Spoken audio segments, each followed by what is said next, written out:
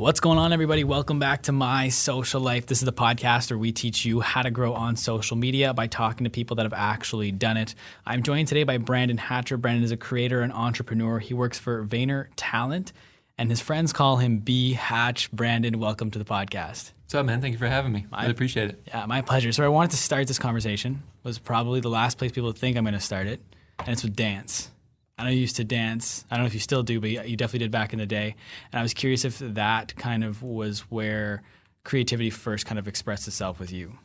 Yeah, it was actually drawing. Okay. That first started the creativity thing, probably since I was about in kindergarten. We talked about this earlier, actually. It's funny. I used to draw the Chicago Bulls logo because I was just this huge fan of Michael Jordan, being from North Carolina. And I would just draw that every single day. And I just kind of fell in love with drawing, which eventually led into dance, which also led into guitar, piano, which is also something that I'm into. And I kind of consider all of that art. Mm-hmm, absolutely. Martial arts as well, which is kind of my main thing.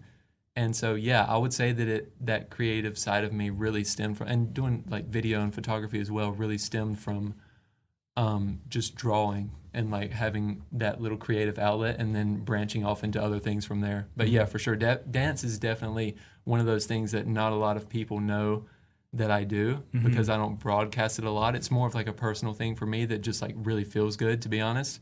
But yeah, it's a cool question. I'm glad you asked that. Yeah, that's awesome. And so was it kind of through dance where you picked up the camera for the first time to record yourself dancing or anything like that? Or how did you kind of get into photography and videography? It probably was the dance. Really, I connect dance and martial arts. I think they're so similar, and becoming better at one actually has made me better at the other one, and vice versa. So I think that when I was practicing martial arts, ever since I was 13, I've done martial arts, and I would always record myself just because it was the best way for me to go back and see what I was doing wrong, kind of critique myself. And it was the same with dance. I would go and watch YouTube videos of dancers that I really enjoyed, and I would play back the video in slow motion and teach myself every move, and kind of from that, and then recording myself to try to get better at that, along with martial arts and trying to play guitar and sing for the camera is kind of where I first picked up the camera. So yeah. Mm-hmm. And what kind of dance were you doing? I guess you would call it hip hop. Okay. I guess you'd call it hip hop, contemporary. I don't know if anybody listening knows Kenjas from America's Best Dance Crew, but those are some of my friends that I've trained with before and that really inspired me when I was first starting to get into dance. So yeah. Mm-hmm. That's awesome. And then I wanted to ask you this question because I saw one of your YouTube videos and you said you were going to make a video about it, but then it hasn't happened yet. So maybe if you're still planning to do it, we don't have to talk about it, but I was going to want to ask you about college. Yeah. Because you dropped quickly in one video, you said you wanted to tell the story, but then you never did. Yes, that's true. And the reason is because it's such a long video. Every time I sit down to make that video I'm going to call it probably why I dropped out of college, and then maybe why you should too. But it's going to be such a long video, and every time I sit down to record that video, I think of something another reason or a better way that I can explain it to people. It's interesting because when I usually when I have an idea like that, and YouTube is just another thing that I'm trying to get more into this year because I think it's just super important. I think I'm pretty over-indexed on things like Instagram, and so I want to cover more of my bases in platforms like YouTube. And so, but that video, I'm so glad you brought it up because now I'm gonna actually push myself to do it. Yeah. But like I said, every time I sit down to do it, I'm I really want this to come across the correct way to people because I do have at least some sizable audience that watches me and the content that I put out. So I want to make sure that I'm coming across in the correct way, if that makes sense. So I want to make sure that the message is received the right way, which is for me, being somebody that, I was telling you guys earlier, VaynerMedia is my first 9-to-5 job, and I'm 27. I've always kind of really done my own thing. I did work at an Outback Steakhouse though for years, kind of part-time on the side. But being somebody that's done his own thing for a while and is really into business and entrepreneurship, I view college as something, and I think it's important to put the message out to people that if you're somebody like me, that's the route you want to go, that maybe, just maybe, it's not the best decision for you to go the route of college. So I want to make sure that I'm really thoughtful. So Yeah. I'm definitely going to do that though, for sure. Yeah. And now that you've talked about it, don't feel too pressured to put it out. This will probably come out in like April. So you got some time to make that video still. But I'm glad you referenced Outback Steakhouse because I wanted to ask you about that. You said years. I think I heard you say it was like a decade at one point. It was. Yeah. So, and then, but you don't, I think when you were talking about it, you said you didn't really regret that. But it was actually a good decision to work there. And I kind of want to hear as to why that's your like stance on it. I was actually so pumped to work there when I first got the job because it's so funny because I was 16 and I had eaten there like we would just go to eat there all the time. I'm from a small town in North Carolina, man. Like Outback Steakhouse was like the place to eat in town. Like, and I'm like, wait, I'm actually gonna work here. This is awesome. Like, just because I love eating there so much. Yeah. And I'm a junior in high school. Like, this was Outback actually was the reason why I got a car sooner because I needed one to get to work from school. So, I digress. But anyway, yeah, Outback I worked at from the time I was 16. It was February 2008 until December 2017. So basically 10 years. And I love the fact that you brought up that it wasn't something that I regretted at all, because a lot of people, when I tell people this, they're like, dude, wait a second. You spent half your life working as a server or as a busboy, like cleaning tables, which is where I started. Like, why did you stay there so long? Like, I don't understand. Like, I mean, we got paid $2.13 an hour, like was the hourly wage plus the tips that you make, which really is actually one of the reasons, because I could come in. I got to a point where I had been there so long, they were just like, Brandon, you know, we love you. Like, make your own schedule, like come in whenever you want. So I was coming in maybe 1-2 days a week if I was doing other things, college, starting a business. Like, I would come in 4 days a week if I had the time, and I would just come out with the quick cash, and that was able to afford, you know, I was still living at home, so I didn't have that many bills, but that was enough to get me the cash to be able to experiment with things like starting a business, which is something that I kind of didn't figure out that I was really into until kind of deep into my college career after I dropped out.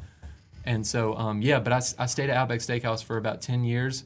It was a great like income stream for me on the side of the other things that I was doing, and I could make my own schedule. So, it was super smart in my opinion, because I became such a people person from having to talk to people just like all the time, strangers that I didn't know that would come in, you know, because I was a server for so many years. So I think in that sense, and the sense of like, just like upselling people like drinks, like, you know, like things like that can kind of relate to business and other areas of your life, like just little things like that, and just so many things that I learned just from like kind of a I don't know if this is the right word, but kind of just like a I don't want to say a dirty job, but like serving tables can just like food and people like that, you know what I mean? Yeah, almost like not glamorous, basically. Exactly, that's it. So I think it was way more beneficial than somebody that looks at it and thinks maybe it wasn't so great. I think it's better than you would realize. Oh, 100%. I worked for the same restaurant for 5 years. So not to the same extent that you did, but like I kind of know where you're coming from. Yeah, for sure. But, and then so like by working at Outback, though, that affords you the ability to kind of reinvest into your own personal development, personal brand. There was one thing that you invested in terms of your personal development that I was very curious about. It was Tai Lopez's social media course. That's right. What did you kind of learn from that? Because before I started listening to Gary, Tai Lopez hit my radar first. Same. So I used to watch him a little bit more before I found Gary. So I was curious as to like whether you thought that course was worth it and some of the key learnings you took away from it. Yeah, it was worth it for me because not only financially, but actually, okay, so let me back up just a little bit. I first discovered Tai maybe like 2015. I would say, and it's so funny because I was sitting at Outback with my girlfriend. We were eating, and I was going on a rant because I was the type of guy that would consume a ton of information and would kind of preach what I learned to other people, but wasn't really doing a whole lot about it personally myself. And I was that guy, yeah. And so we were sitting there eating one day, man, and my girlfriend, her name is Sarah, we were talking, and I was telling her something. We were talking about finances, and I was probably talking to her about something that I had heard someone like Tai or somebody say, and she just got so fed up. She was like, Brandon, you know what? You know so much, but you do so little. Like, you're not really doing anything. Mm-hmm. And at this time, I went to college for biology, just so everybody knows, because that's what my parents wanted me to do, and which is a lot of people's situations. They're going for something that their parents or society or their friends want them to go for, and that pressure is real. Like, that's a real thing. Mm-hmm. So I was going for that, but like I said, I realized I was super into business, entrepreneurship, so I kind of found people, which are everywhere now, people that you can learn a lot from, that have done what you've done on YouTube, on Instagram, on these different social networks, where you can find those people, connect with them, maybe learn something from this person, something else from that person. And Tai was one of those people who I was like, I saw him really starting to explode on social media, and I've always been into YouTube since like 2005, Facebook since 2007. I always knew that those were going to be just really important.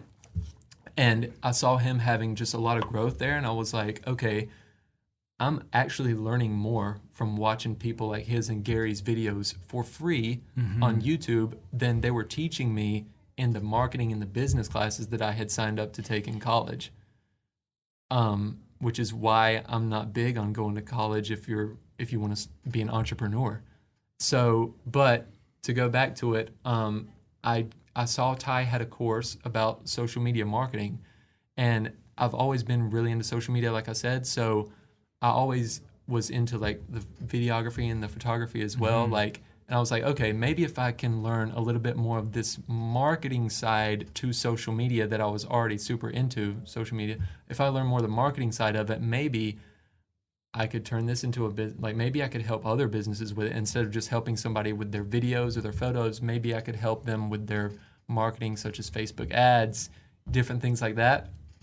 I saw it, man, and I was like, you know what? I just need to do something. Like, I'm not taking a lot of action. I have to do something. So I got that course, and yeah, I learned a lot from it. A lot of technical info I got from that, but more than anything, there was a community of other people that had also gotten that course that kind of is still a community. A lot of the friends that I have today that are actually just like absolutely crushing it right now, I met from that program. Okay. Actually. And that I'm like, are some of my best friends now.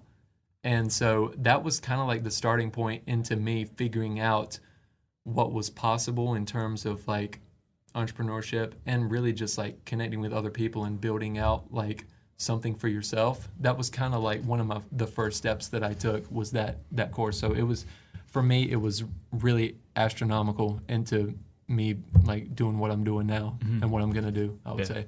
I think that's a really good insight because I feel like Tai gets a bad rap online. And there's so many videos of like how like exposing Tai Lopez and like, so it's really cool to hear the perspective of someone that's actually like taken advice and knowledge from him through his course and that it's actually paid off. So it's just really cool to hear. Yep. And the thing about Tai, like you said, he gets a bad rap. The thing is, almost everybody does for something. There's a lot of things that I don't agree with that he does. There's a lot of things, actually there's not a lot of things, but there's a couple things that I don't agree with GaryVee about, right? And I'm sure a lot of people could say that about almost anybody in their lives, even your family members, right? So I have always learned to take the best from whoever you want to learn from and just like leave the rest. And so I think just because maybe somebody has a bad rep or like, especially if you don't know the person, like, I mean, I don't see how anybody has a right to judge anybody and what they do. But I think you can definitely learn something from anybody, like especially if it's someone who has done what you want to do. So, yeah. Yeah, and I saw a video of Tai actually giving you a shout out at one point. What was the story behind that? Wow, that was so long ago. I want to say it was, I honestly don't remember, to be honest. I want to say it was on Snapchat, maybe. I think it was on Snapchat.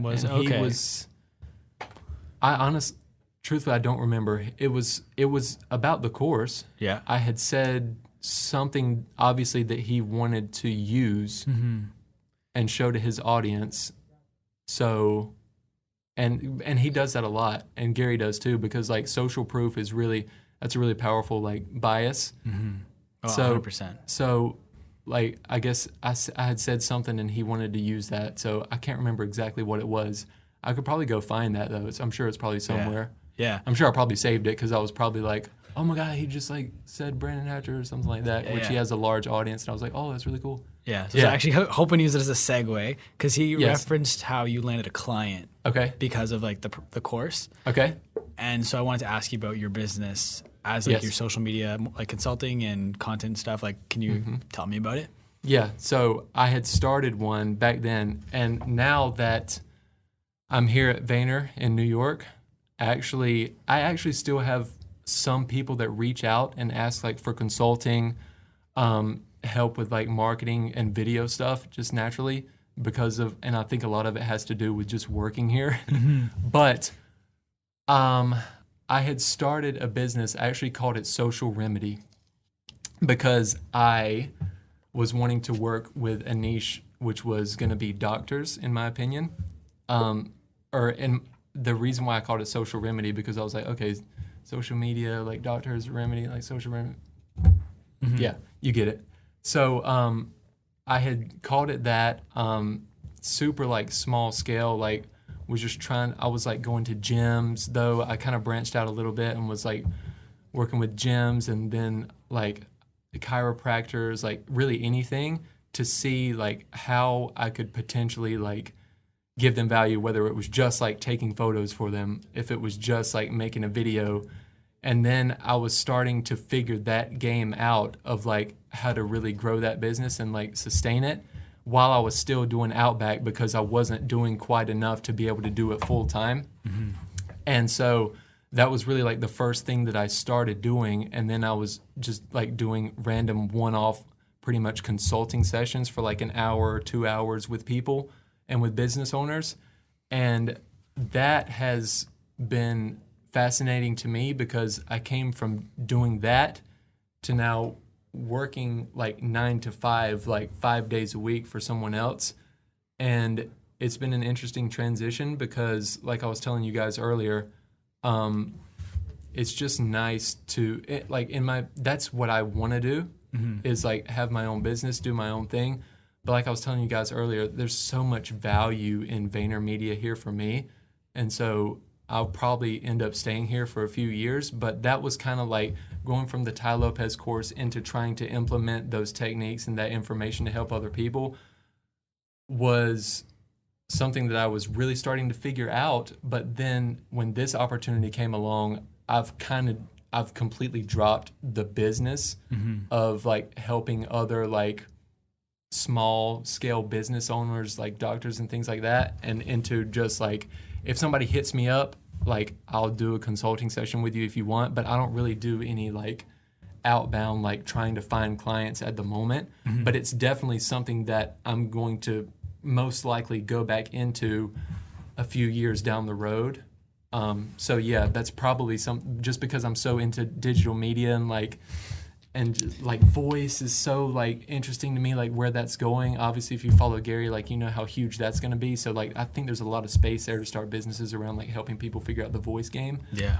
But it's that whole thing was like something that I was really getting into, and I'll definitely probably get back into that after this little venture that I'm in right now. Yeah. Do you have any tips for people that are in like a similar industry as to how to land clients, especially people that are like, they want to get into that industry, but they just don't know how to get that first client? Do you have any advice for those kind of people? Yeah. Patience, I guess.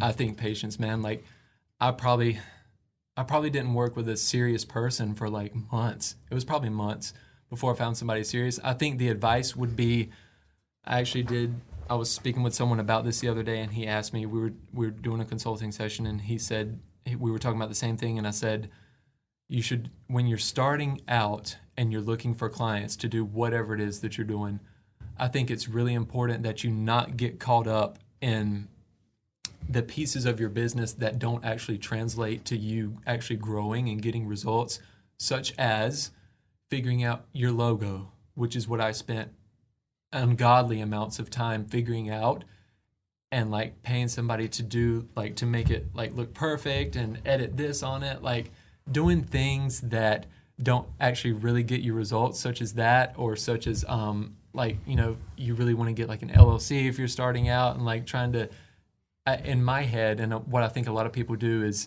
they want to start a business if it's your first one, and they're like, okay, I'm getting a lot done because I got the logo, I got the website, I got this, but you don't have any clients yet. And I mean, sales is, and that's the lifeblood of a business. So you kind of have to have cash flow to have an actual business. And that's something that took me longer than I'd like to admit to figure out. But my advice would be to, if you're looking for clients, to spend the overwhelming majority of your time while you're awake every single day trying to land clients. If that's what you're trying to do, not trying to do anything else until you get that, because that's going to be the thing that actually matters, like, in getting the experience for yourself, a case study. Even I would say if you're trying to get clients and you've never had any before, I don't see why you wouldn't do it for free.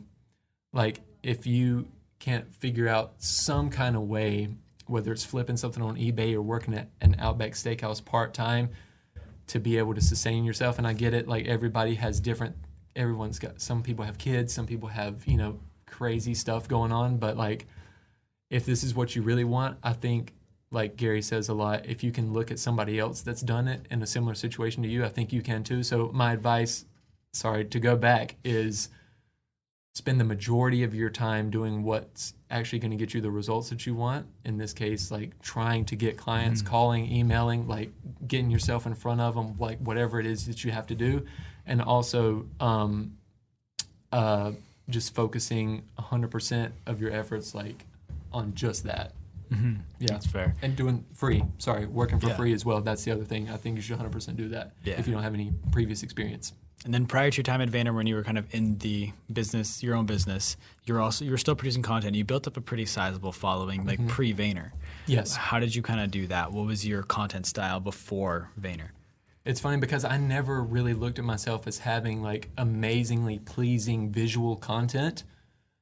But then again, I think you would argue that Casey Neistat doesn't really either. Neither does PewDiePie. Right? Like, PewDiePie uses like a webcam most of the time. It's like the worst quality possible, but he has, what now, 84 million subscribers, I think. So, I mean, it just wasn't really, I'm not going to lie. I completely, when I said PewDiePie, I completely forgot where I was going. That's like, okay. And I would love it so much if you, like, it's completely up to you, but I would love it if you left this in. 100%. Because I think it's like super important. Like, for people to see, like, if you mess up, like, that's okay. Not that big of a deal. No, I try to leave it as uncut as possible. Cool. For the most part. Like, I just like I want people to hear the actual conversation. Yes. I don't want them to hear a polished version of the conversation. As much as I can, it's untouched. But Jacob, I completely forgot where I was going. Can you ask the question again? Yeah, that's like, okay. I completely forgot. No, I was just talking about your content pre-Vayner and how you're able to grow a sizable audience. Yes. So, dude, PewDiePie completely got me off track, man. That's okay. But so it's funny because like the Backpack Kid is always somebody that I point to as well. He got like 1 million followers within like his first year of like really doing his little dances and stuff. So if you really look at the fact that I got on Instagram in June of 2012, dude, I've had an Instagram for almost 7 years and I've got 32,000-ish followers. I would argue that that's not good results. In my, I mean, you could make the argument that that's really not good. But at the same time, that's amazing. Like, if you have 100 or 200 people that follow you, I think that's like a blessing. Like, just the fact that people care enough to like pay attention to anything that you do or say. But over the past 7 years, it was probably the last 3 or 4 that I decided, you know, this is something that like has a ton of attention just from listening to people like Gary before I really knew him.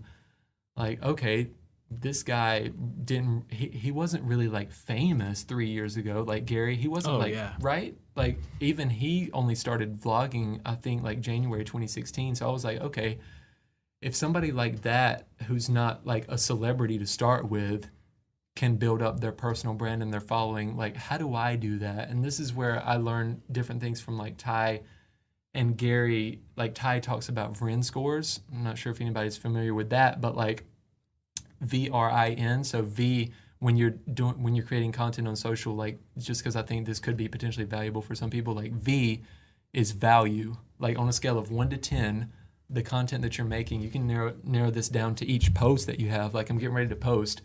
On a scale of 1 to 10, how valuable is this post? Like how much value does it have? On a scale of 1 to 10, R, like how, if I'm not mistaken, it's repeatable.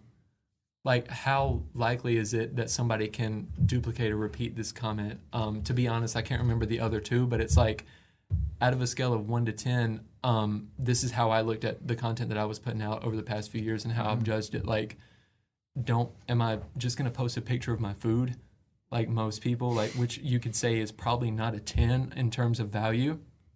I guess it depends on the person, but I mean, like figuring out like what my audience really liked, which you can really only do with time and asking and like reading all the comments and things like that. But it was me figuring out like and experimenting too to figure out like, okay, this got a ton of impressions.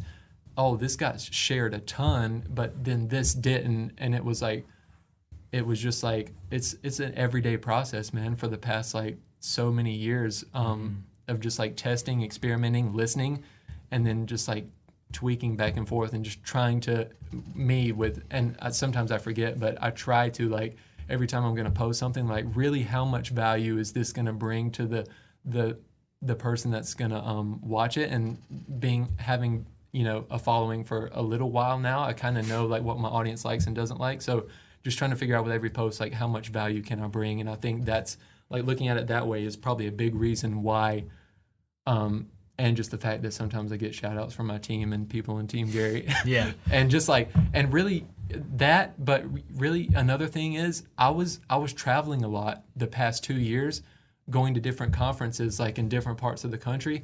And that's actually probably one of the bigger reasons as well, just meeting that many people, traveling and meeting that many people and just getting connected like in real life. It's probably another way you could do it. Yeah, that's cool. And I saw this on your YouTube, but it was an Instagram Live where you did at one point, it was like how to 10x your Instagram this year. Do you remember some of those? I remember that. Do you remember some of those tips that you were giving? And do you know if any of them like are still applicable? Because I know social's changing at just an incredible rate. Because I think you did it. It was probably almost 2 years ago now.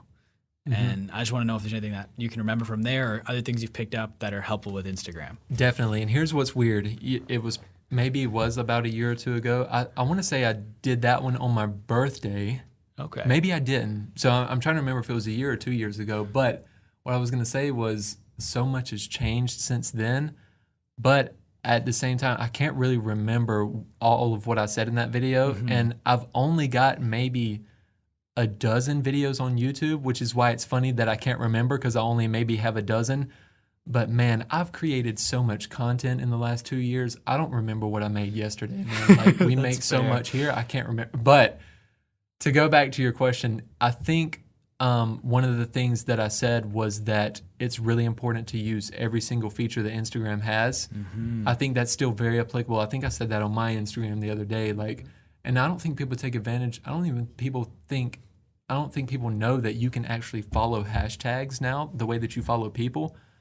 I can't tell you how important that is to do for you to grow on Instagram. Maybe it's not at all, but I personally think that if you take advantage of it's not there for no reason, in my opinion. Like, if you follow a hashtag and that's something that you follow, from what I understand, like when you're scrolling through your feed, you'll get posts from people that use that hashtag that you follow. So I think it helps you with discoverability, and that's just one of those little things. And also like putting hashtags in a story post, and maybe if you don't want people to see all the hashtags, if you want to put like 5 in there and like slide them off the screen so that people can't see them. I think the little things like that add up using every single feature like that is something that's going to benefit you, like going live, following hashtags, posting 5 to 10 stories a day, because that's like kind of where the average Instagram, that's how much the average Instagram user posts. And the thing is that Kevin Systrom's, CEO of Instagram, said that, I think he's the CEO. He said that they believe, and the data shows, that starting this year, stories will actually have a higher, I think the word is like view time, than actual feed post itself. So it's kind of like switching to where stories are more important now. So if you're not posting a ton of stories and you think, oh, I just got to post a lot in my feed so people can see that, you need to post stories more. That's really interesting. Yes. I think you need to go live more, which is something that I don't do enough of. I don't think anybody does, though, to be honest. But like messaging people, probably like, I met you guys through Instagram, man. Right. I mean, like, and outside of like media metrics, man, like followers and likes and comments, which is cool and can be a measurement of some type of success for some people, the fact that we're here right now doing this, to me, is more important than how many likes I got on my last post. And maybe we actually have a real relationship for the next 60 years. I don't know. But the fact that you can do things like that within Instagram is what I care a little bit more about now. And so I think I said all that to say, like, DMing people, like, I think a great way, if you want to build your Instagram audience, is to literally take the time every day, like hours a day. I think last time I checked my stats on my phone, I spend like 3 hours in Instagram every day, which is like maybe a lot, I don't know. But a lot of that is not actually just like scrolling and double tapping, but man, I really try my best to just like connect with new people all the time.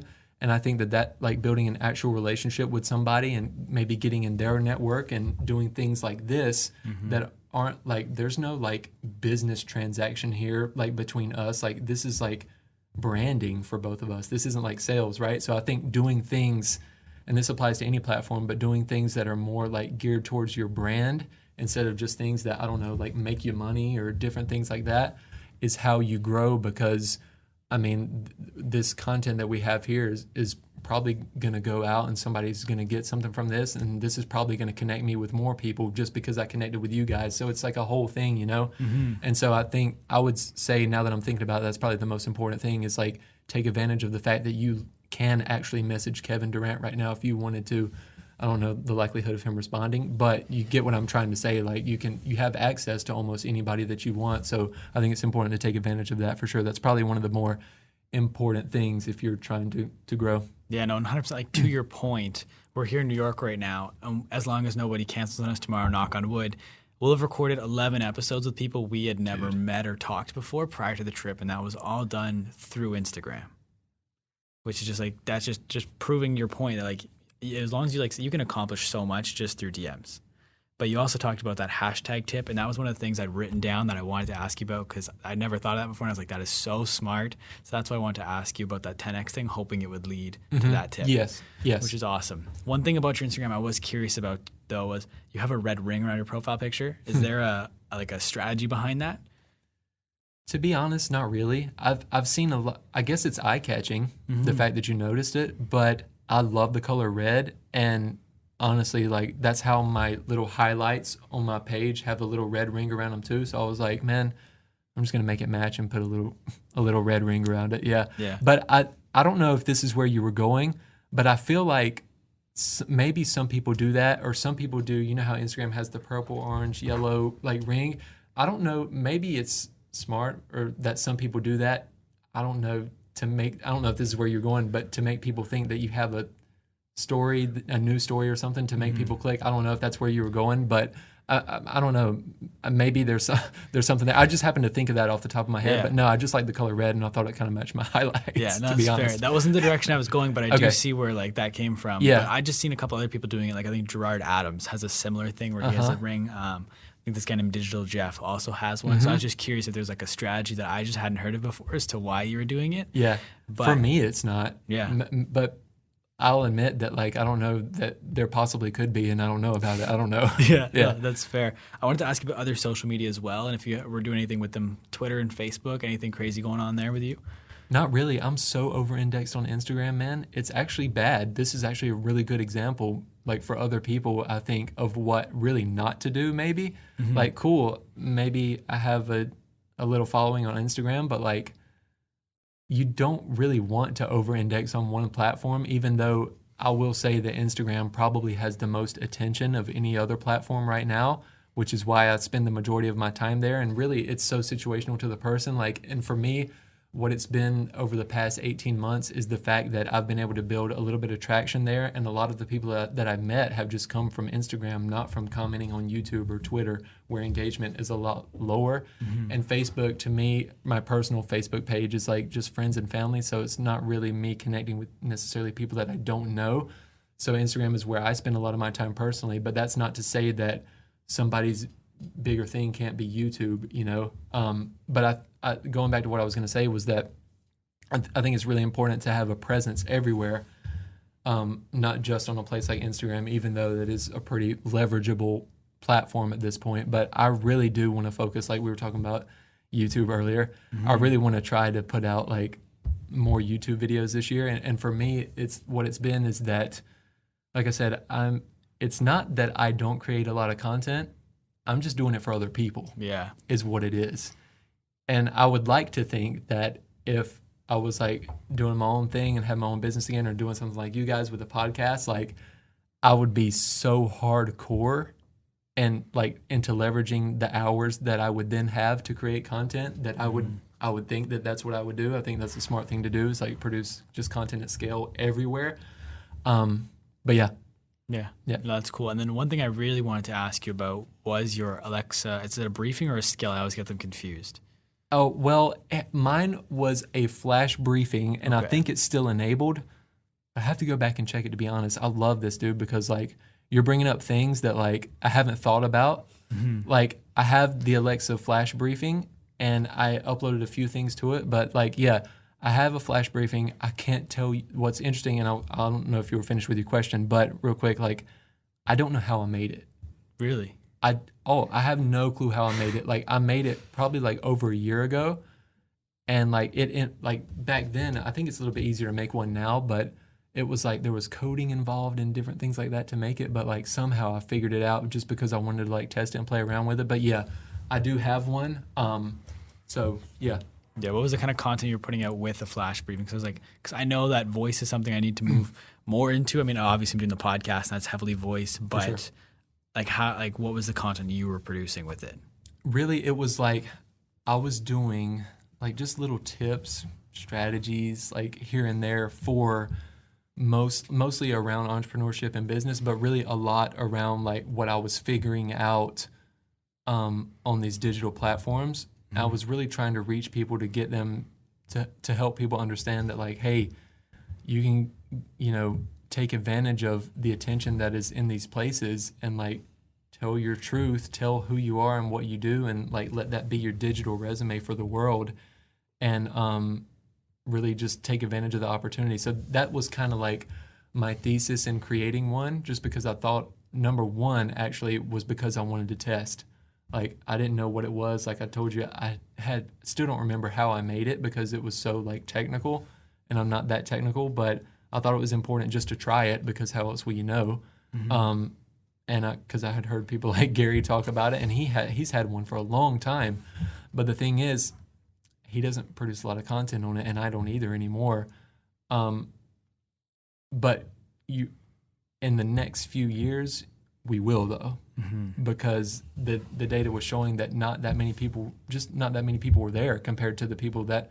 Since Gary has a larger audience than me, like I can compare his audience. Like he had so much attention everywhere else, but it was very finite the amount that was actually listening to his Alexa, even though he's Gary. Like so, I kind of had like backed off it a little bit. But I will say that one thing that VaynerMedia is great at, that we like pride ourselves in, is that we're not really the earliest adapter to everything, such as maybe Alexa or like VR, which is like not here yet, but we like to say that we're one of the best in executing in whatever the current thing is, which happens to be like Instagram, Facebook, YouTube, you know what I mean? So, and the thing is, the data is showing that I want to say from 2017 to 2018, the number of people that had, I don't know if it's a voice device or an Alexa device in their home, like the numbers, it's unreal. Yeah. Like the percentage jump. So I think it's really smart to at least try to start figuring out how, like, what is an Alexa skill? What is an Alexa flash briefing? I don't know how I made mine. I think it's a great example to, like, people that you can Google this. Like, you can type this in on YouTube. What is this? How do you do this? Same thing with anything, really. So, but yes, I do think it's like such an important space to like play around with for anybody, like no matter what you do, for sure. Yeah, and I actually just wanted to jump back to Tai Lopez quickly. Please. You met him at one point too, right? In person? I have. Can you kind of tell the story behind that? I actually saw him again about a month ago. Oh, no way. I have a buddy, Dan Fleischman, who I don't know if you're familiar with. But Dan is a friend of mine who also knows Tai pretty well. And he was here in New York. And Dan is somebody that I only met for the first time in person maybe like a couple months ago. And I think it's funny because like we've known each other for a long time, because he's actually somebody, now that I think about it, that taught in Tai Lopez's course. Okay. Dan is. I don't know if you know that. But like anyway, that's how we connected. And I reached out to him and we kind of just like connected like that. And he asked me to come with him to his conference just to like network like the other month. And I was like, yeah, of course. So I went to that. But I met Tai at a conference. I want to say it was early 2018. I went to a conference that he had in Santa Monica. And there was like Neil Patel was speaking. Okay. Dan spoke. They were talking a lot about like cryptocurrency at the time and like different trends there. And I don't think maybe I had never been to California at the time and always wanted to go. And I used that like that networking opportunity as an excuse just for me to travel, because I love to travel so much. I think it's super important. And I met him there, and I told Tai the first time I met him, I was like, dude, it's funny because he's from Raleigh, North Carolina. That's where he grew up, and I grew up like maybe an hour from there.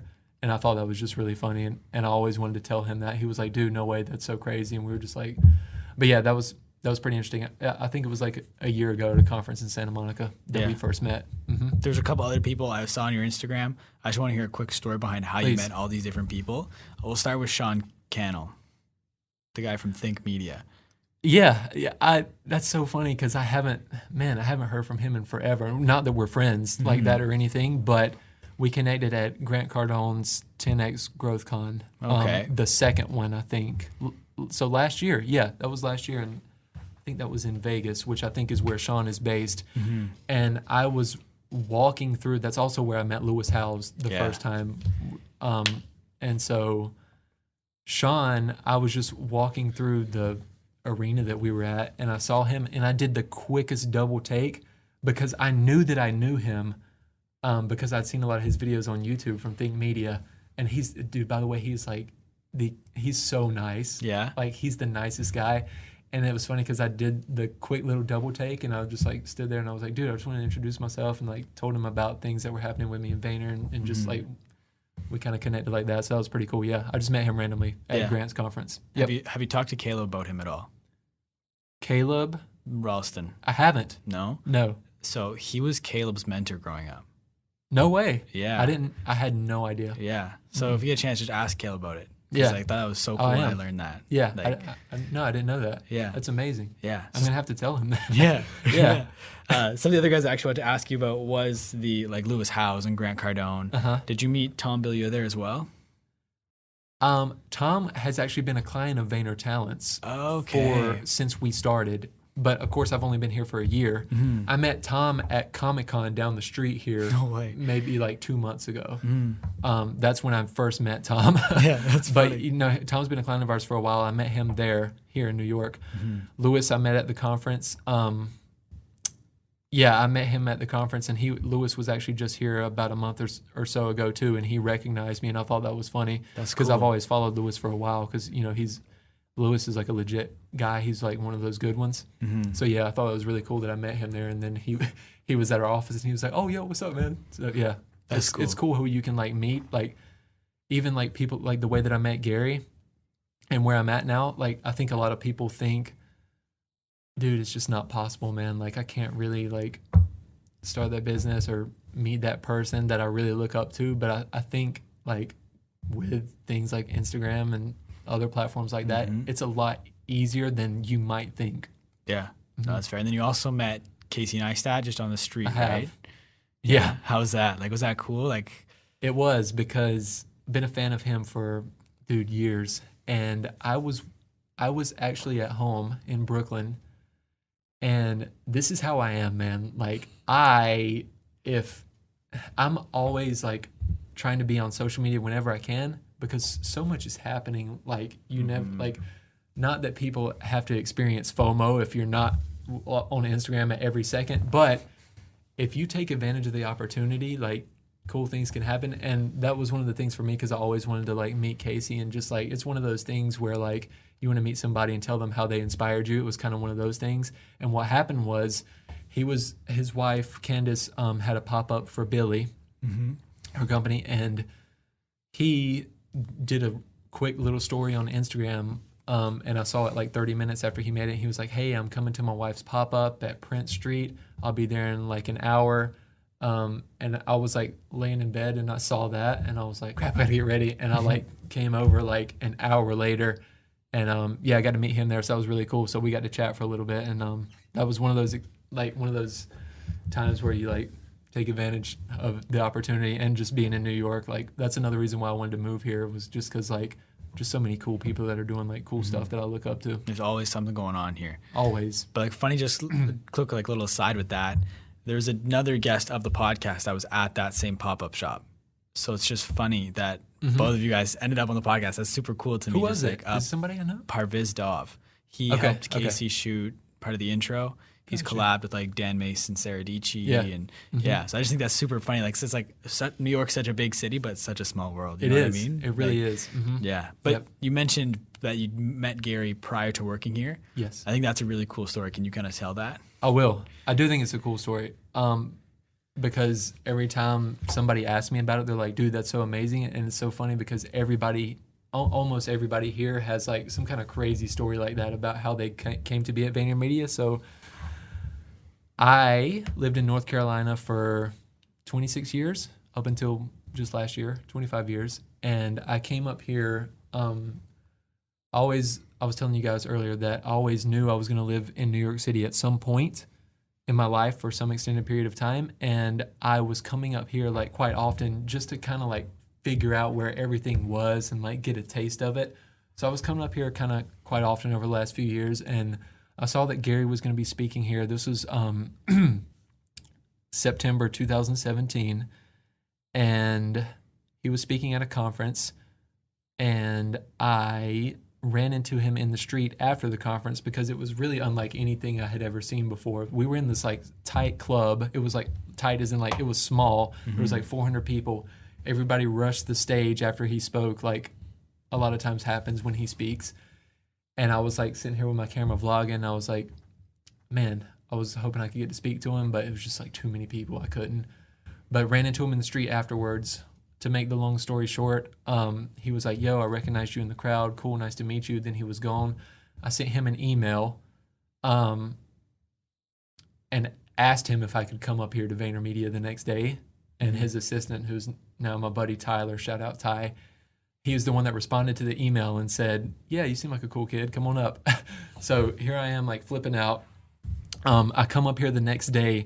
I'm sitting in the lobby waiting to meet with him. And I've got my camera with me. I'm like, and I get a notification on my phone from his YouTube channel saying, and it was the video that they put out saying, we're looking for content creators. And so naturally, when I went into the office to meet with him before I left, I was like, hey, saw that video you guys just put out, and I've got my camera with me. I'm like, this is kind of what I do, and it just from there, just like staying in touch with him. He was like, yo, you need to talk to Andy, which is like the head of his team. And really like building a relationship with Andy and Tyler from there, and like just them knowing who I was and what I did, and just like sending them random stuff that I worked on for like Gary and stuff like that, just kind of put me on the radar. And when the time came, just like, and I'll actually tell this too, I actually did an interview for them. Maybe I think I did a couple after that time within the next several months. And they actually came back and told me no. I don't know if you know this. No, I didn't know that. They told me no after I was actually at Grant Cardone's conference in LA when I got an email from my now supervisor saying, we want you to come in for an interview. I don't think they knew that I didn't live in New York, that I lived in North Carolina. They're like, we want you to come in for an interview. I'm in Vegas at Grant's conference. This is a Sunday. They're like, we want you to come in Wednesday. So if I'm not mistaken, I got back home Monday from Grant's conference in North Carolina, got up Tuesday and drove to New York from North Carolina because I was like, yeah, sure, I'll come in for the interview. So I drove up here. And after doing all that to come here for that interview in one of the rooms that I showed you guys near where I sit now, they came back like a few weeks later and were like, we actually hired someone else that had interned with us previously. So I was like, cool. I like try not to get, too wrapped up in it because I thought it would be cool, but I also thought I would be fine either way. But I was like, I guess it wasn't meant to be, but then they called me randomly out of the blue, maybe like a month later, and said, hey, we want to offer you this position. Was not expecting it at all, was planning to move up here anyway. And in the process of me like moving up here, random phone call, like, hey, we want to offer you this. And I said, yes. So here we are. That was a long answer, but that's awesome. That's it though. Yeah, that's awesome. So what was your plan for New York before Vayner? What I was going to do was take the small success that I had in a really small town of like 20,000 people in North Carolina. Like the entrepreneur thing was starting to click to me, and it was cool to me because I never really knew that was an option for myself. Because I wasn't taught that. Like they don't teach that in school, that this is a path you can go down necessarily. Like if you want to do your own thing and like do what you're interested in and make a business out of that. So that was really starting to click for me that this could work.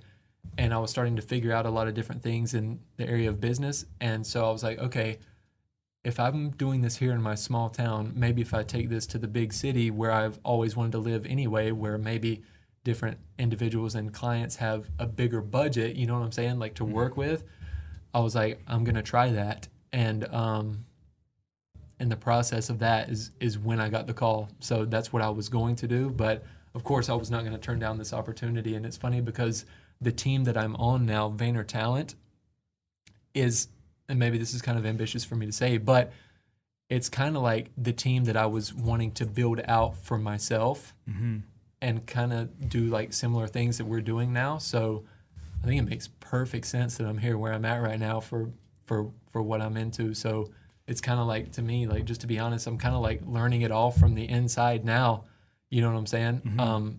At a pretty high level, but I love it so much, man. So, yeah, it's really cool how it worked out, and loving where I'm at right now. Yeah. And for people that don't know, can you just kind of give a quick like synopsis on what you do with VaynerTalent, what VaynerTalent as a whole does? Yes. So VaynerTalent, basically for the last 2 years, what we have done is taken the GaryVee model of documenting our individual clients' lives, businesses, whatever they're into, and producing content at scale for them wherever the cheapest, most high quality attention happens to be, and then leveraging that to build up the human so that they can then, whether they want to sell sneakers, books, courses, speak at events, we build the personal brand and build up the human so that then they can take advantage of that to do whatever it is that they care about after that. So for example, Gary started, you could say, in the wine industry. Now you would say he's in the media industry. He's not going to be at Vayner forever. So he'll do something after this, but it doesn't matter what it is because the brand of GaryVee is very established. The human has already been built up, and so he can now leverage that for whatever he wants to do. So we were basically doing that, but for other individuals. And like I was telling you guys earlier, now kind of going into 2019, we're a little bit more of a talent agency, to say, in in that we are partnering with people and helping them get more strategic partnerships and brand deals, sponsorships, and actually managing talent instead of just doing like the whole content creation GaryVee model, but also doing like half of talent management as well. So it's really fun. It's really cool. Yeah, that's awesome. So like, what does an average day for you kind of look like? For me, I'm looking at a computer a lot of the times because we just have so much content. But I'm a videographer technically on the team, so I or either one of the other 3 videographers are usually every week or every 2 weeks, 1 or 2 or 3 of us is always gone somewhere with a client, because I want to say we have about 13, 14, 15 clients at the moment. So we have, like I was saying, we had Tom Bilyeu, who's not a client of ours anymore because he transitioned into Vayner Speakers, which is another company. But Tom was one of our first clients that we had for 2 years. But he's based in LA, which we also have a VaynerTalent in LA. But depending on where our clients are, we would go follow them if they're going to speak here or there or the country, like wherever they are. We'll send someone, just like GaryVee has a camera that follows him everywhere. They'll send me or somebody else to go document that person's keynote that they're giving or the podcast that they're doing, and take that long form piece of content, as you guys know. But if anybody that doesn't, we generally try to have like a pillar piece of content. Like GaryVee has Daily V, he has Ask GaryVee, he has like pod sessions. So these are like hour-long pieces of content. We have that, and then we obviously break that down into the micro content, like the 60-second clips on Instagram, the coolest quotes, and turn those into tweets, things like that. So kind of like doing that for people. So yeah. That's awesome. So how many hours a day do you work at Vayner? My average is probably somewhere between 10 and 12. Really? I would think so. Probably between 10 and 12, because I get here about between 8:30 and 9 in the morning. It takes me almost an hour to get here from where I live and about an hour to get home. So we won't count that, but my average is I'm probably here till about maybe 7 or 8. Really? In the evening. So, but I think that's a lot of people here though, and especially people on Gary's team, just because there's like so much content that like we have recorded. There's always something to do. Like there's always something that we can go through of the footage that we have and pull different things out. So, and that's tedious. Like it's really tedious. Like as you probably have a sense of, like to go through like something that's really long and pull out the best like quotes, the best like 60-second clips, the best thing that's going to look better on LinkedIn versus YouTube. Like it's like a whole strategy, So I would say somewhere between probably 10 hours a day, maybe average, I would say. Yeah.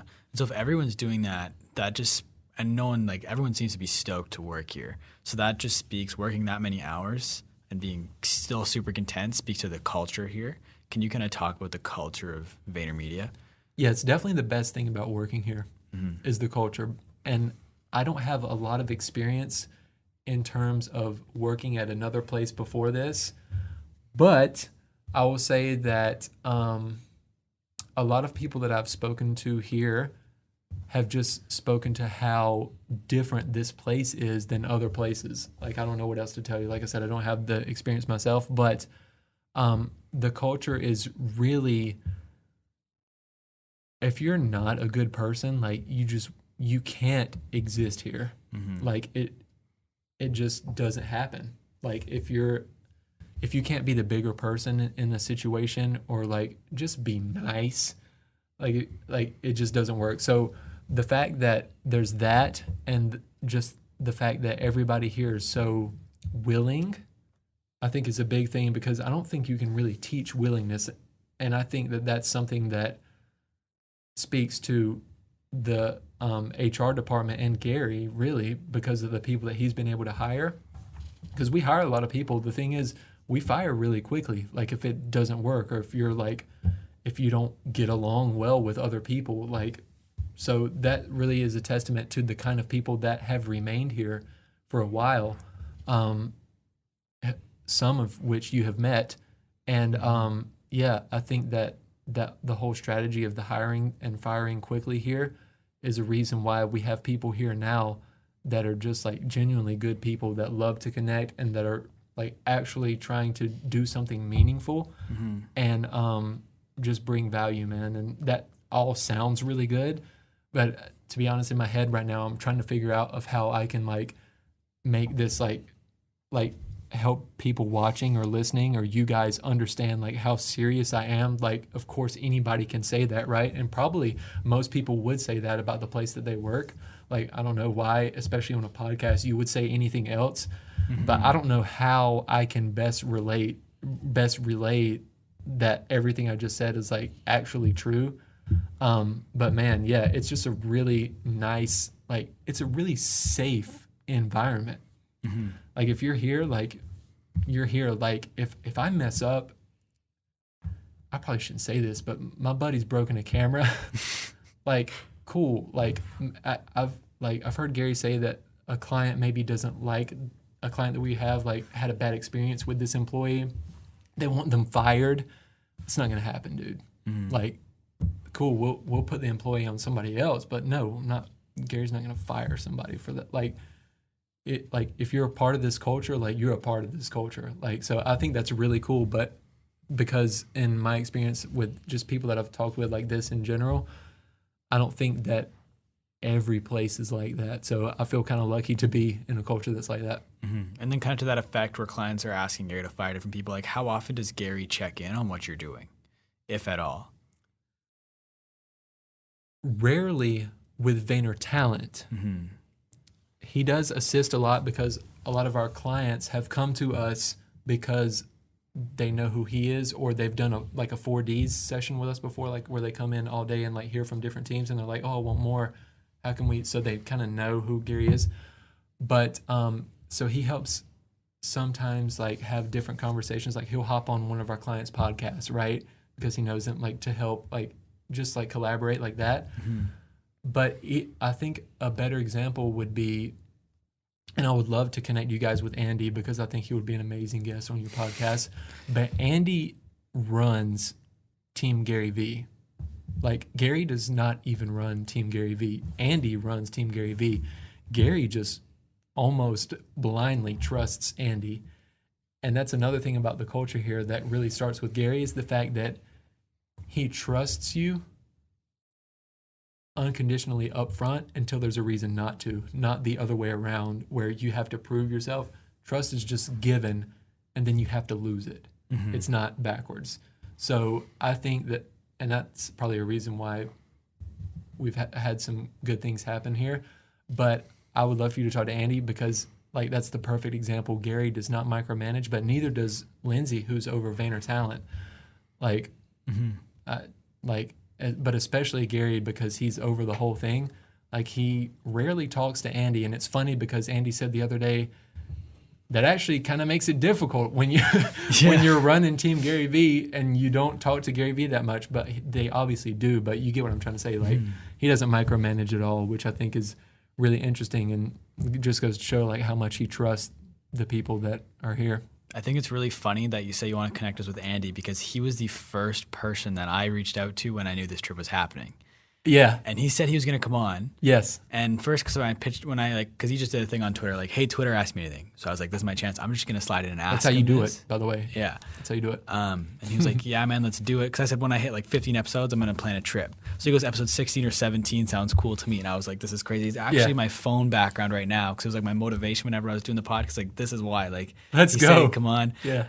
Unfortunately, it didn't like work out. Like, just trying to find a time that worked and like a location. Like, because we're over in New Jersey right now, so he's like, I can't really make it to New Jersey because when we were reaching out to people, we would never be like, hey, tell us where we can come to. Like, we have a location for people first, and then if that doesn't work out for them, then we try to figure it out. We just never really lined up a location and a time, so it didn't end up happening.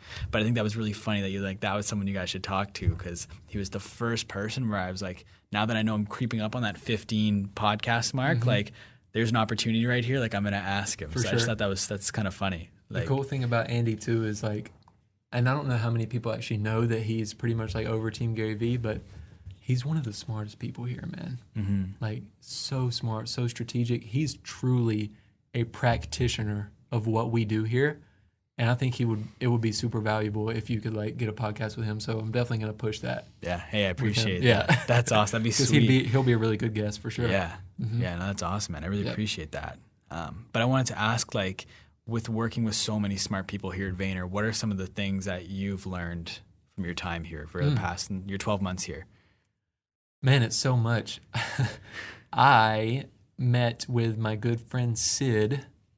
I don't know if you know him, but he's also on Team Gary, who's been here for about 4 years now. Shout out Sid. He just got married in India recently.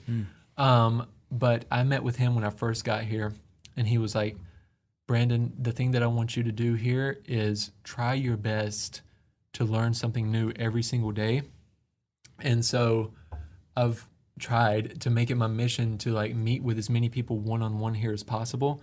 And that's also something Gary recommended that I do once I come here, and I have. And so, man, I've set up meetings with people in like analytics, and really I'm just friends with a lot of people here now just from passing and just being here so long now.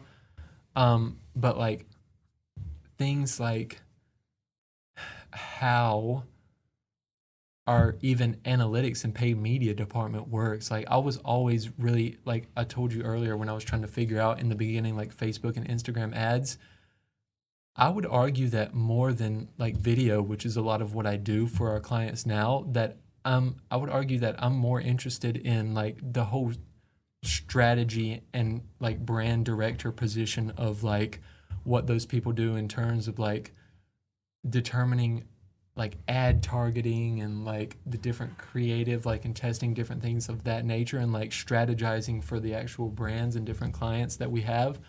Like I'm super into that, and I've just learned so much about kind of our back end process that you don't really see a lot as far as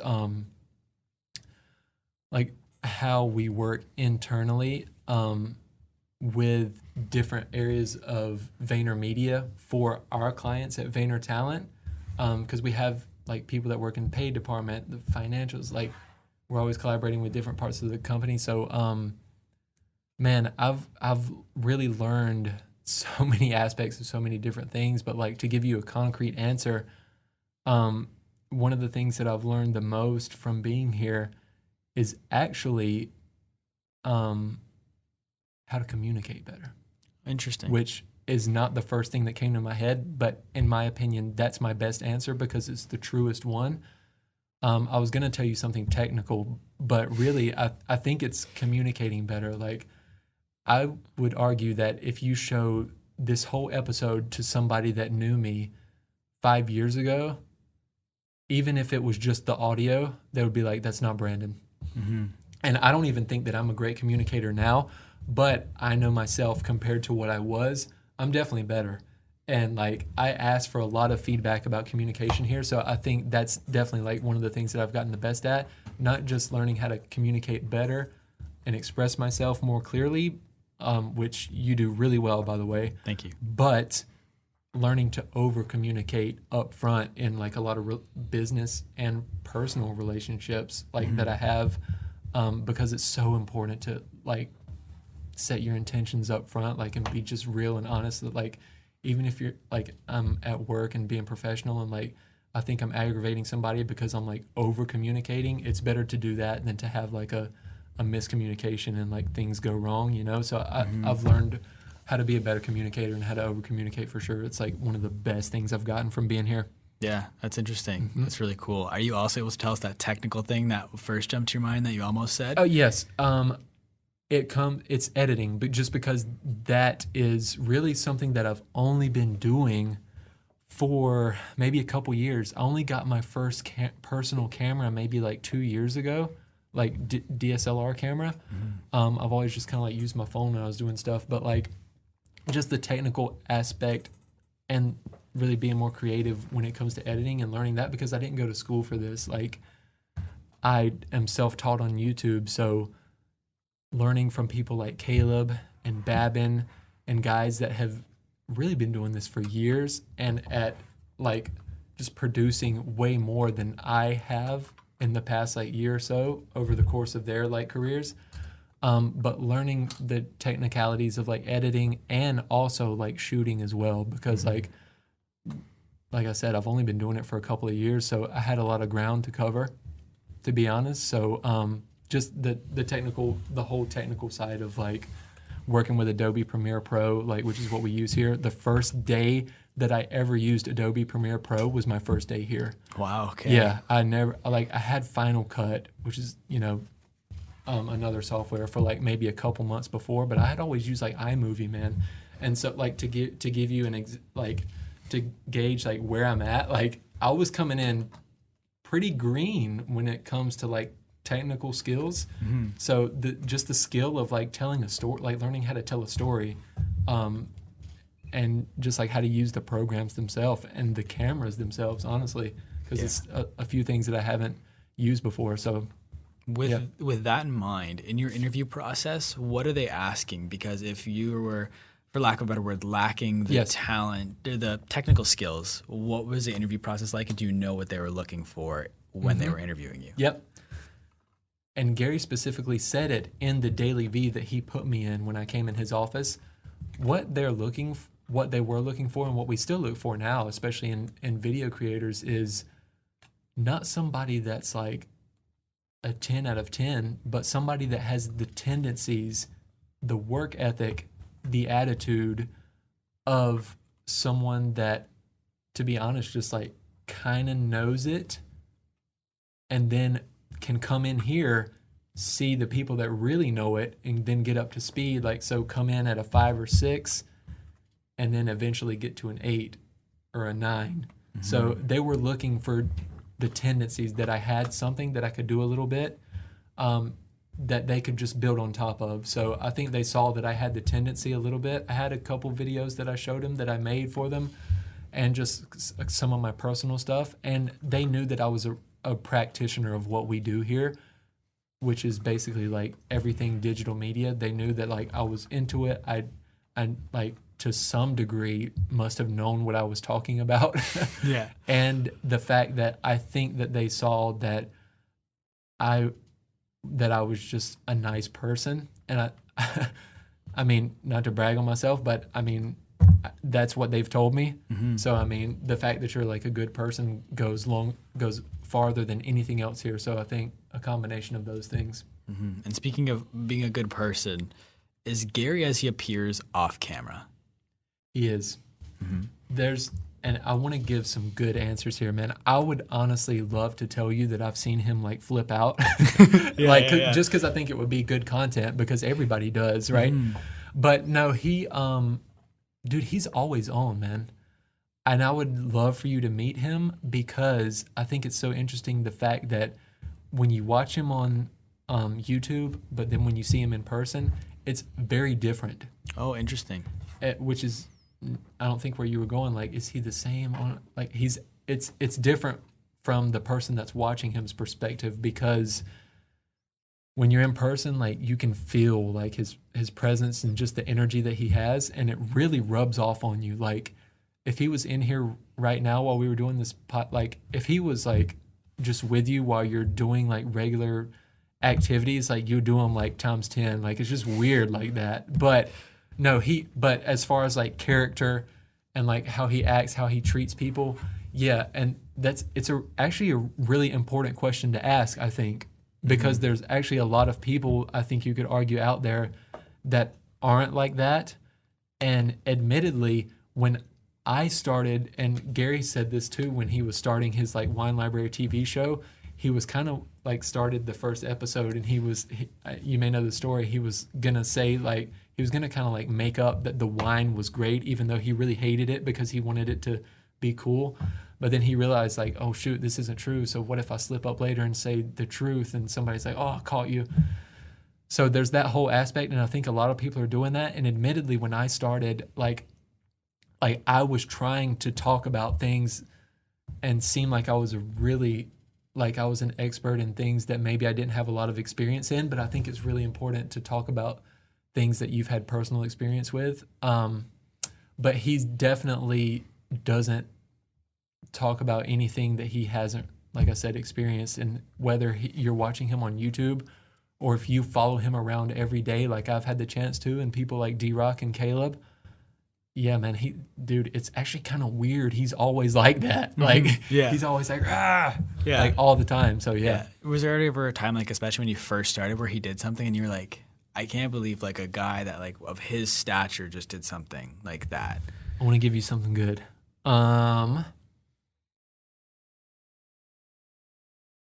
Such a good question. I have so many stories that he's told that have come to mind that are like just really cool stories, but I'm trying to think of something that he's done. Yeah, it's the fact that I've been with him in so many different places where he's been around people that follow him. It really surprises me how many selfies he takes. Like, listen where I'm going. How many hands he shakes. How many conversations he has with as busy as he is. Like, I don't think people still don't get it. It's 16 to 19 hours, like Monday through Friday, like every minute, every day. He's like, he has no minutes in his schedule, but still somehow when people come up to him, and I've just seen this in person so many times, and even if you watch on YouTube, you see it, like, it really surprises me, to be honest, the fact that he takes the time to like speak to somebody like me and like invite me up here. And like, I don't even think I told you guys this, but like the first day I came up here, like he called me and some other guys into his office, and I wasn't supposed to stay, but I just was kind of like in the moment, and like I sat down in the meeting. He had a business meeting with 3 other people. I sat down in on it, and I go back and watch my vlog now, but I didn't know this, but I actually see Tyler Schmidt. He's like doing like this, and Gary's like, no, don't worry about it. Like saying like, should I kick this guy out? And Gary's like, no, don't worry about it. So he actually let me, he had no idea who I was. We had met the night before once, and he let me sit in on his meeting for like 30, 45 minutes. The fact that he does things like that because he just actually likes to connect with other people and he cares about other people. It's actually what he feeds off of, is like this kind of thing with others. That's what feeds him. The fact that he's willing and takes the time to do that with other people, considering how busy he is, and I guess you could say now how famous he is to a degree. I think that's really interesting. That's awesome. That's really good. Like, just the insight's really cool. One thing I actually meant to ask you earlier, and I just remembered that I kind of skipped over it, was this is your first 9-to-5 job, as you mentioned. It is. But you said that you can still be an entrepreneur and have a 9-to-5. I believe so. Can you kind of elaborate on that? Because I think that's really interesting. Like, that resonates with me. Yeah. So somebody just put a poll on Instagram today and said something about entrepreneurship, and they were asking what it means. And I actually looked up the definition. And I mean, you know, just like being honest, because I wanted to see what the dictionary had to say. And online, there was like a Merriam-Webster's, and then there was a dictionary.com definition. And the difference in the two was that one said an operator or an owner of a business, CEO, something like that, that takes on a lot of risk, normally financially, to do so, to start, right? Which, agree, that is what an entrepreneur is. But also the second one said somebody that operates like any enterprise, you know, like, see the difference? Like any thing where they take a lot of upfront risk, where there's a need that they're coming in to fill that maybe isn't there, that they're bringing value to the marketplace. A lot of the times, an overwhelming majority of the time, that is a business owner. You probably are a business owner or something like that if you're an entrepreneur.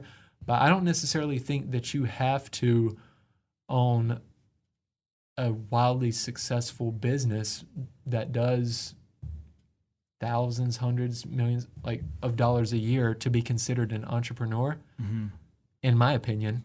I would actually love your thoughts on it too if you want to chime in, but I consider myself one, even though I work here. At the moment, I don't have like an LLC or anything like that outside of like what I do 9-to-5 now, mainly because I don't have time.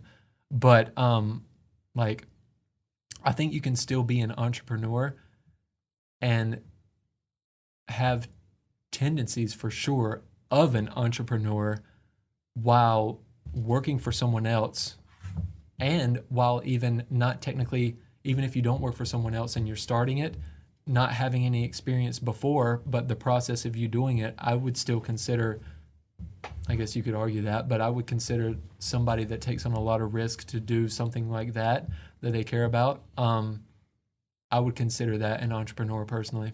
Mm-hmm. And I think Gary may, I'm not 100% sure. I think Gary may actually disagree with that, but that's my opinion. Yeah, I think I'm pretty much like on board with that. Yeah. I like to consider, I make no money with the podcast right now. I would love to one day, like the ultimate goal with it is to make it if I could make this my job, or if I do like 1 or 2 ad reads and that's enough to pay the bills and I could do this full time, that's the dream. To me, that's an entrepreneur. Mm-hmm. I put that under entrepreneur category personally. Yeah, and I never really considered it as entrepreneurial until my girlfriend made a comment about it being entrepreneurial, and then I really sat down and thought about it, and I think the amount of time that I'm putting into it, and with the goal of eventually making it a business or a source of revenue, I think that counts. And even though I have quote unquote a 9 to 5, because it's more than a 9 to 5, and I know you definitely work the same thing where it's more than just 9 to 5, but when I'm not at the 9 to 5, I'm trying to build something. Yes. And I think that counts. And the thing is, what am I going to do? What are you going to do? Say, well, actually, I'm not an entrepreneur until. Yeah, exactly, right? I can call myself one once I make, Mm-hmm. So I don't think that's, in my opinion, I don't think that's a good metric. Yeah. So with that in mind, with working at Vayner but also being entrepreneurial, what's next for you? At the current moment, next is here. Mm-hmm. Just because to be honest, I think maybe I could see myself being here for the next 3 to 5 years. But I'm also just as confident in saying that I could be here for the next 20 to 40 years. Mm-hmm. I honestly don't know. I would like to think that Brandon is going to build a ton of relationships here, get a ton of results for the clients that VaynerTalent has and VaynerMedia, build a lot of things for other people here that work here and for clients and for Gary, and go on to start different companies and businesses, and mainly something dealing with charity. Mm-hmm. Because that's kind of been like when I think back to what would be the reason why I want to start a business, I could argue that me opening up a martial arts school is doing something I love. And the number one, in my opinion, martial arts is the number one thing that I love in personally. So that's something I love, but also I'm super fascinated by digital media and helping other people get results in the things that they love. Mm-hmm. So that's something that could be a stream of income for me that I would absolutely take so much pleasure in doing. So I'll probably go on to do something like that, just based on what I said of how I want to help other people with their things, and just what I'm doing here and what I'm just genuinely interested in digital, and where things are going and how that can be taken advantage of. So to go back to the answer, I think I will definitely start some kind of business like that, and maybe another 1 or 2. And I want it to lead into being able to have an excess amount of cash that I can deploy into the other things that I care about, based on situations that I've dealt with personally in my life, such as people I know that have had breast cancer, suicide, different things like that. So I want to be a really successful business person. Number one, to help other people with business, but number 2, and equally, if not more important, to be able to try to, at some level, make some kind of impact in in the charity space. Mm-hmm. Somehow. Yeah, I think that's a good reason behind wanting to be successful. I think that's really good. So I think a short term, you're going to squeeze as much as you can of being at Vayner. For sure. And then long term, work on that business and then charity side as well. I think that's awesome. And 2, like I said, I don't have I'm not going to look 10 years ahead and say, this is what I'm going to do. Like I said, I'm just as confident in saying I genuinely love it here. I could see myself being here for really longer than I might have originally planned. Just as much as doing the other thing, for sure. Mm-hmm. Mm-hmm. That's awesome. So out of all the content that you put out, what do you hope people take away from it?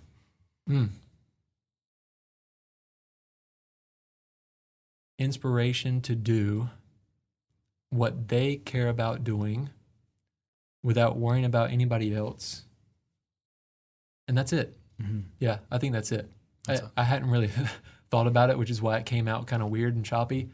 But I would like for people to look at me kind of like the way that they look at, this is how I look at Gary. Like, he was an excuse for me to do what I wanted to do, which he is for a lot of people. And I would like people to look at me and say, Brandon doesn't care what people think he says. Like when I messed up earlier, God, dude, you don't understand like how much like I would love to like do that more. Mm-hmm. Like so that people could see it and like see that I actually don't care, because I think that holds back a lot of people.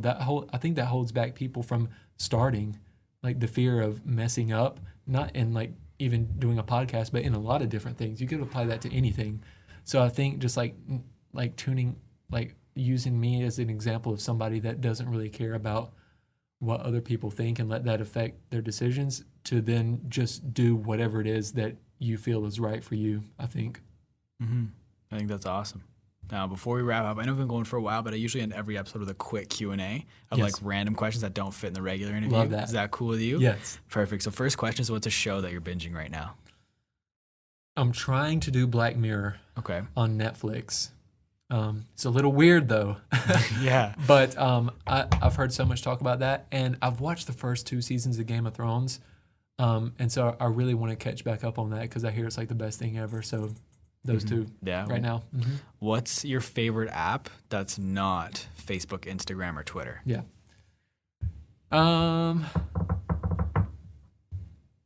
If you have to look at your phone, you can. No, I know what it is, but I just don't know if this counts as those categories. But that's not Facebook, Instagram, or Twitter. It's TikTok. Interesting. It's TikTok, dude. And I can see so many. I want to put this out too on my own personal content because so many people razz on me that I love TikTok so much. I think it's hilarious, but also equally like just super like weird and not funny. Like half the content that I scroll through on TikTok, I don't know if anybody knows what that is. Mm-hmm. To me, it's almost like Instagram and Vine, kind of. Yeah. You could maybe say, but I think there's so many like little gems on TikTok of like random people that you would have never discovered anywhere else that are just like that funny. And TikTok is really just because it came from Musical.ly, right? Yeah, it was the Chinese company was TikTok, right? I think it bought Musical.ly. Mm-hmm. Yeah, I think so. I know Gary's got like 100,000 followers on TikTok. That's crazy. And so like it's, I mean, I don't know what you could do from like a business standpoint on TikTok, but I think it's just like the fact that so many younger people have access to it that are just like so funny, and they now have a voice and a platform. I like trying to find those people because like there's some just funny people in there. Mm-hmm. I would say TikTok. I think that's the best answer I've got to that question, I think. Cool. Yeah. Like, I would never expect TikTok, but I've definitely like, because I had Musical.ly because I was just like checking it out. I never really used it, but it just converted to TikTok, and I get these TikTok notifications all the time, and I've never checked it. So maybe I should hop on there and start checking things out. I'm trying to give you something that's not kind of like social media. I mean, that's okay. Like if you don't have anything, that's cool. Like I think TikTok is a great answer. If there's something else you want to give like a quick shout out to, like for sure, go ahead. But I mean, I have the app Lightroom on my phone, so I'm always like messing around with that. Like if I take a picture like on my camera or even on my phone, obviously I can like send it like Bluetooth through my to my phone from the camera. So I'm always like playing around in Lightroom with different pictures that I have in my camera roll. So Lightroom is one that I use a lot. Yeah. Mm-hmm. Who are some Who are some creators that you follow that you think other people should also be following? David Rock. D-Rock. Yeah. I actually don't consume as much of other people's content as I used to. But definitely Casey Neistat is somebody. You know what? Who it is right now? Which is, people are gonna say, "Oh, that's an obvious one," but I still really follow Peter McKinnon a lot. That's awesome. Yeah. He was here the other day. I think he's a really good example of somebody that's taken advantage of the opportunity that we all have with his skill set that he has. And I love to point to him because he's somebody that I would argue that Casey Neistat really changed the game when it came to vlogging and that whole movement on YouTube. I would argue also that Peter took it up a different level in terms of just like the little things and like being a creative, like just noticing like how he does everything and how like high quality everything that he puts out is, and just like going the extra mile and doing something that, and it's hard to explain, but it's like the whole creative process, like of like doing extra things that are like, oh, you watch a video and you're like, oh, I've never seen that before, or how did he do that? Like, I think that's really interesting, and I always love seeing what he's going to do next, because he's somebody that I've seen grow. Like, I've been following him for a while. I've seen him grow quickly, and I've seen him change up what he's doing a lot based on what his audience is liking, and growing into just like different things and trying to innovate. I think he's doing a lot of things that a lot of other people aren't, and trailblazing a lot. So I like watching his whole process for sure. Yeah, and to your point about upping the game, his B-roll is incredible. And I think another thing that differentiates him from other people is the fact that he records all his own sound effects, which I think just blew my mind when I learned that. You know, like he can make so many weird noises, but they fit in his vlogs. And it's like, I read the article that you actually shared the other day about audio branding. Yes. And I think that he's just, because he creates his own sounds, like I recognize Peter McKinnon's sound effects. So, and I love them so much to the point where I actually bought the pack myself. Mm-hmm. Like, and that just speaks to that audio branding article that you shared the other day. Yeah. Which is pretty cool. He's really good. Mm-hmm. Oh, yeah. That's the best way to put it. Yeah. What's the music that you're listening to right now? Always John Mayer. He's my favorite artist, always and forever, probably, just because I play guitar myself, and I think like I actually relate him to Peter McKinnon in the fact that if you're creative, or if you're somebody that sings and plays guitar, you really understand to a different level, other than somebody who's not one of those things, what it takes to do what they're doing. And when I see somebody like John or Peter, when I see somebody like John who can play the way that he plays to the level of difficulty that he plays, and sound amazing, like vocally singing while he's, I want to make more content about this, because I don't think people get how difficult it is to play at the level he plays and be able to sing to the degree that he sings at the same time. So, John Mayer for sure. Yeah. And dude, the sellout answer is Drake, man. But like, I mean, I like Drake. I did not like him. I didn't consume a lot of his music in the first half of his career. Interesting. But I don't know, man. I just like hopped on it, and I really like Drake. But even more so Lil Wayne. Oh, cool. Lil Wayne is my favorite rapper ever since, man, like the first Carter, if not sooner, like early 2000s. Yeah, Lil Wayne's always been my favorite rapper. Love like everything that he's always put out. That's awesome. What are some books that you recommend? The first few that came to my mind are from Gary, but I'm not going to say those. Okay. But I mean, they're so valuable. But like, what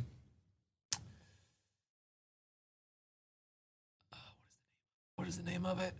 Russell Brunson. For some reason, the name is escaping me. Both of them.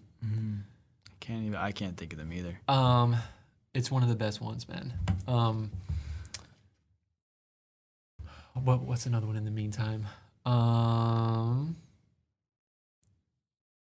Secrets. Okay. By Russell Brunson, and Expert Secrets by Russell Brunson, because it's a really good deep dive into how to take advantage of some of the things that we've been talking about, like online, to like grow your business.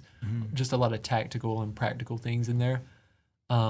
Rich Dad, Poor Dad, which is a common one for a lot of people, but that's one of the ones that my friend recommended to me that just kind of changed something in my mind when I read it. Like I think it does a lot of people. I don't know if you have read it, but not yet, but I definitely want to. For sure. Yeah, it's a good one. That, like I said, just opened my mind to a few different things that I didn't think was possible, because I wasn't taught a lot of those things in school that it talks about. And another one is, my favorite book is How to Win Friends and Influence People by Dale Carnegie, because more than any other book that I've ever read, after reading that book, it caused the most actual change in my daily behavior in my life, like for the better. It just talks a lot about like how to win friends and influence, like how to like talk to people, how to communicate better, and just like so many different things like that you don't really necessarily think about, like teaching yourself or like thinking about like, oh, how do I do this? But yeah, How to Win Friends and Influence People is probably my favorite book. That's interesting. What are some of the podcasts that you listen to? What I've been into lately? I don't listen to a ton, to be honest. Not a lot that I listen to, but one of the last ones that I listened to was it's actually a coworker's podcast that I have that I've been following. It's called Two Friends Talking. That he just like literally started. Like that's the honest answer. I don't listen to a ton, to be honest, but I'm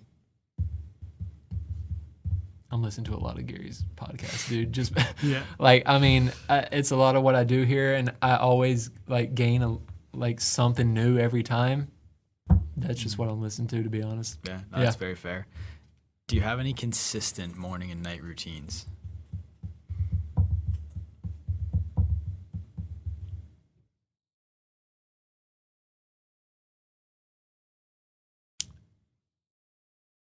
In the past 9 months, not as much, because I'm currently, I moved here when I got the call from Vayner. I found an apartment that night on Facebook. Okay.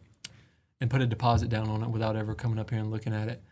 So changing lifestyle that quickly has thrown me off a lot of the routines that I was doing that I really want to get back into.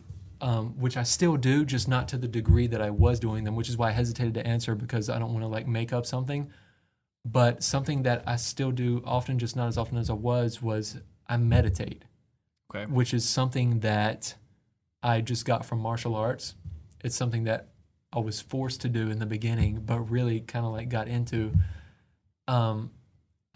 I love being like alone with my thoughts and myself, because that's where I can really focus on, like reflect on like what I did throughout the day, or like where I'm at right now in my career, what I want to happen. Like I spend a lot of time, I think I'm a really good, what's the word? Not visualizer. I am a really good, the word, I don't know why the word's escaping me, like but affirmation? It's like you think of, but it's like thinking of something you want to happen and then it's like thinking it, manifester. That's the word. I think I'm a really good manifester. I spend that's it. I spend a lot of time thinking what I want to happen over the next week, month, year. And I think that really helps, like in like making yourself make that happen. Like the fact that it's always top of mind. Another book that I love is Think and Grow Rich, and it speaks to that a lot. Like the mental side of it. So I think I'm a really good manifester because I spend a lot of time thinking about like what I want to accomplish and how I can do it. So kind of meditating, manifesting, I guess you could say. I've been slacking hard on the workout game, man, to be honest. But like for the past several years though, I always like went to the gym like every 2 or 3 days, and that's just like I think a really good habit for anybody. So yeah, that's something that I need to like definitely get more back into. Yeah. Dude, what I love about, probably the best thing about what we've talked about today is that there's been like 3 or 4 things that you've said that you've brought up and reminded me that I need to do more of. So you're actually helping me a lot. That's good. I'm glad. I'm glad. So funny. Obviously, you've listened to Gary's pod sessions. Yeah. So this question, whenever I ask it, I have to explain it because I stole it from pod sessions. But I'm just going to ask it to you. If you're not 100% sure in terms of the context of the question, like I can explain a little bit more. But the question is, from pod sessions, what are you obsessed with? It's the audio thing right now. I'm obsessed with the audio thing because I feel like for one of the first times in my professional career, I can really see what's going to happen before it's going to happen just because of the insight that I have. I've always been able to like predict things, but I really feel confident, and I'm obsessed with the fact that I can see like kind of where the world and where technology and digital is going. and that how big of a player voice is going to be, and how and voice meaning just like listening to podcasts, the Alexa, Google Home, Apple HomePod, Facebook is probably going to come out with one too. Like Gary was talking about this at VoiceCon, how just I'm obsessed with the fact that Google recently bought Fossil. I don't know if you know that, but the fact that Google bought Fossil, Alexa's gonna buy, or Amazon's gonna buy like chips like Mondelez or something, so that when someone says, "Hey Alexa, I want to buy cookies," since Amazon owns whatever they're gonna buy, that's gonna be the default. You see what I'm saying? When they buy Levi's and somebody says, I want some pants, if they buy Levi's, that's going to be the default. And and I'm so interested to see like what different brands, businesses, individuals are going to do when you're a dentist and, you have a family that just recently moved from North Carolina to New York, and they're like, you haven't been to the dentist in so long, honey. We need to get you. Hey Alexa, where's the best dentist? Mm-hmm. And if you're not playing in that space, you're gonna lose to the people that are. So I'm fascinated by the big brands that are gonna buy up the things that people are gonna search for, and just others like small businesses that are gonna take advantage of that whole space to see how they can use it much like the way people did with like social media. Mm-hmm. I think one thing when it comes to your point about audio and it being important, like companies buying like Amazon buying Levi jeans, for an example, I think with the way that checkout's going to work is they're going to have to tell you exactly what product is, exactly how much it is. So I think back to the audio branding is where it's going to become more important, is as we shift more audio focused, brands are really going to have to hammer home what their brand is, so that when you check out on Amazon, for example, they're like, we want Levi jeans. And you go, no, I don't want Levi jeans. I want this other pair of jeans, then you can tell Amazon which one you want instead. I think voice fascinates me as well. So yeah. I don't think that's a really interesting to think about. But next thing is 3 things on your bucket list. Ooh. One that my girlfriend made me put on there that I actually don't mind anymore is I want to go skydiving, because I haven't done that. Bucket list. Skydiving. I haven't thought about this in a while, dude. You're helping me so much here. Yeah, that's good. I have to go skydiving. I want to speak on stage for like 10,000 people, because I've actually played guitar and sang on stage for 1,000 people. I've danced on stage for 1,000 people, but I've never really like spoken my truth and like my message on stage for that many people. And I just think 10,000 is a good one to think, like just to 10x that. So for some reason I've always had that in my mind. So I would love to speak on stage like at that level, because another reason is because I want to be like a better communicator. And I think like if I can pull that off, that means probably at that point I will have been a better communicator. So I'm excited to get to that point and put that on my bucket list. And a third thing is on my bucket list, I really want to I want to put up a ton of my own personal money to charity, man. Like I don't know how much, because I can't like predict. I don't want to be like too ambitious or greedy and say that I'm going to give away millions of dollars to charity. Not that that's greedy. Sorry, that was the wrong word. But I think I can make an impact if I play it right and donate a lot of my own money to charity. So I would like to donate, I'll say like a substantial amount of my own personal money to charity. That's awesome. Yeah. You're going to dinner and you can take 3 people. They can be anybody dead or alive. Who would you take to dinner? I'm taking Will Smith, Roger Federer, and John Mayer. All right. All alive. Yeah. Yep. That's awesome. What's the best advice you've ever gotten?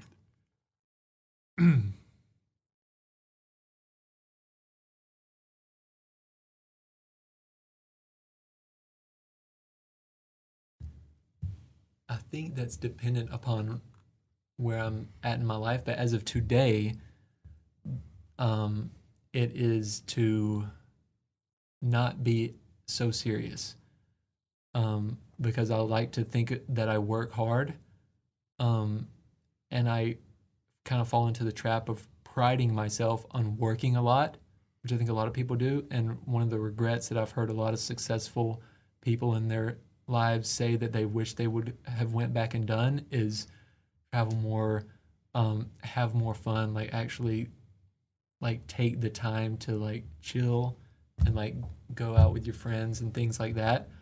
So I think at the moment that's the best advice that I've heard, because it's actually making me think about it and do more of that stuff. And I think when I look back, that'll be some really good advice that I have taken. Mm-hmm. What's one thing about you people wouldn't expect?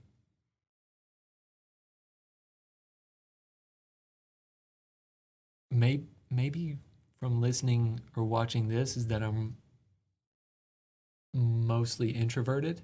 Okay. I think. But I think you could also say that I'm the same in the same answer, also that I'm extroverted, depending on the people that you ask. Mm-hmm. Because I would argue that a lot of my coworkers would think that I'm introverted, and a lot of my close friends would think that I'm extroverted. So I think it depends on who you ask. Mm-hmm. That's interesting. Yeah. Mm-hmm. What is one thing that's so important everybody needs to know?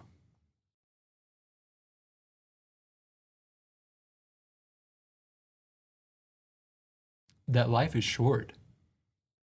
Like you need to understand that I think I've been alive for almost 10,000 days now. And I think, if I'm not mistaken, the average person has between 30 and 35,000, 40,000. So the fact that life is short, and to have the perspective that comes with realizing that. Mm-hmm. So last question, I like to flip the script a little bit. What's one thing that you want to know the answer to? Could be about anything. Yeah. Questions.